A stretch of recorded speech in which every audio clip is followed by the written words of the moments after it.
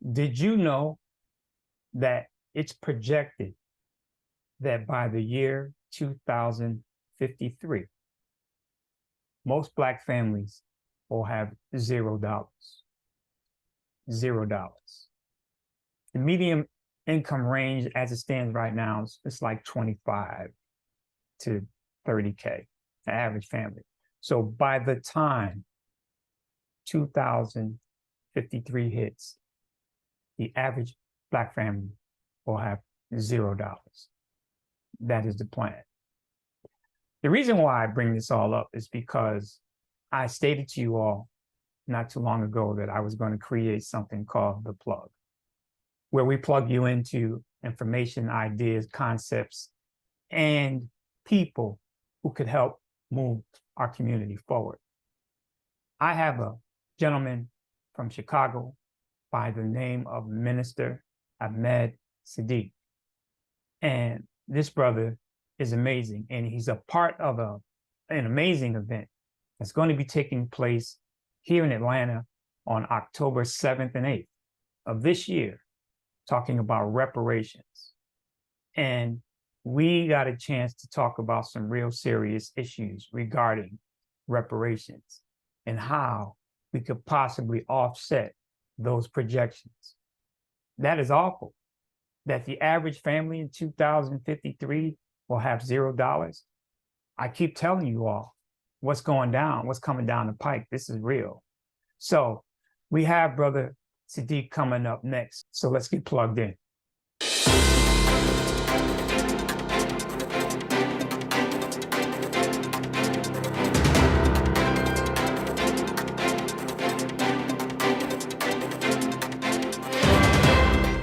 I understand that you are going to be a part of this amazing event in Atlanta, and it has a lot to do with reparations. Tell us about that. Yes, sir. Well, reparations, according to the Oxford legal definition, because there's a lot of different people who are putting different definitions out as it relates to reparations. Reparations means recompense given to one who has suffered legal injury at the hands of another. It means to make amends, to provide restitution or give satisfaction or compensation for the wrong inflicted. It also refers to the thing done or given to the injured.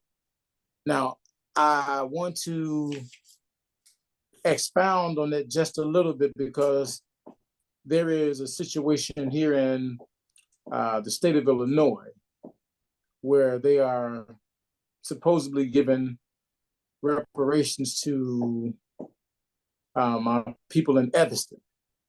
And it was said that they would give them $250,000 as a down payment on a home, and that the money would be generated from the cannabis sales in Evanston. I believe it's Evanston.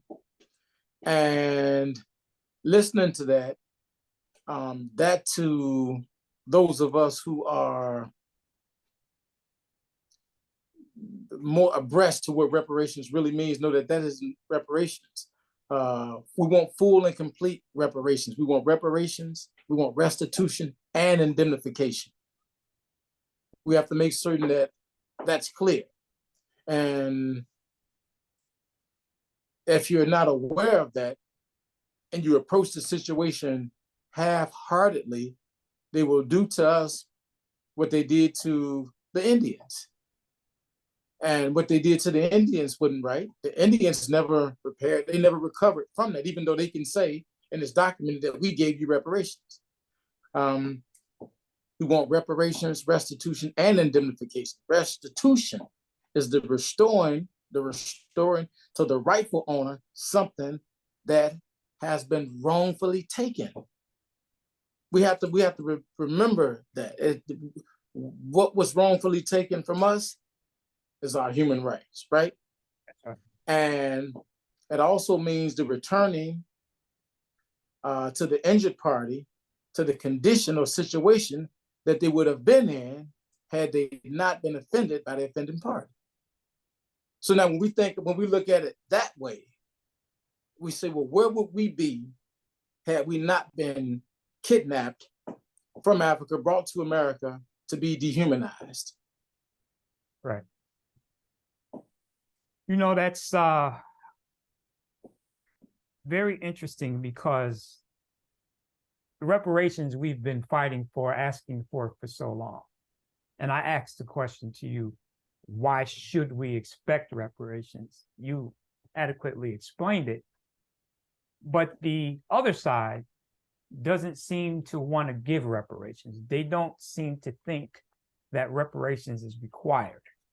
So to exact reparations at this point means that you have to go through a legal filing of some sort, a lawsuit of some sort.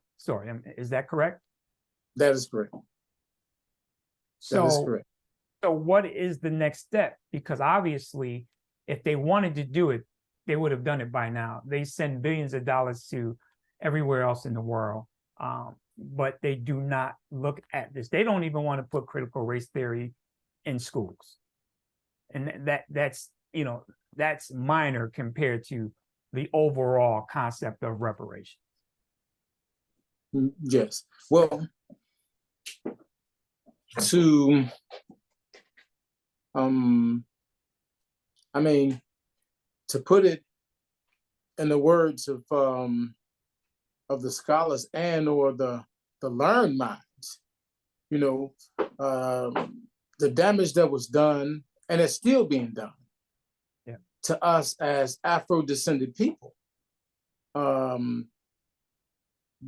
be dehumanized by the United States of America, the 400 years of plantation slavery, then following that, the Black Code laws, then the Jim Crow era, then following that, the racial discrimination by the banks called redlining. Right. You know, all of that affects us still to this day. I'm here in the city of Chicago, and you can see. You can see the results of the redlining. You can see the results of our people being destitute. That's where the violence comes from. You can see the lingering effects of plantation slavery.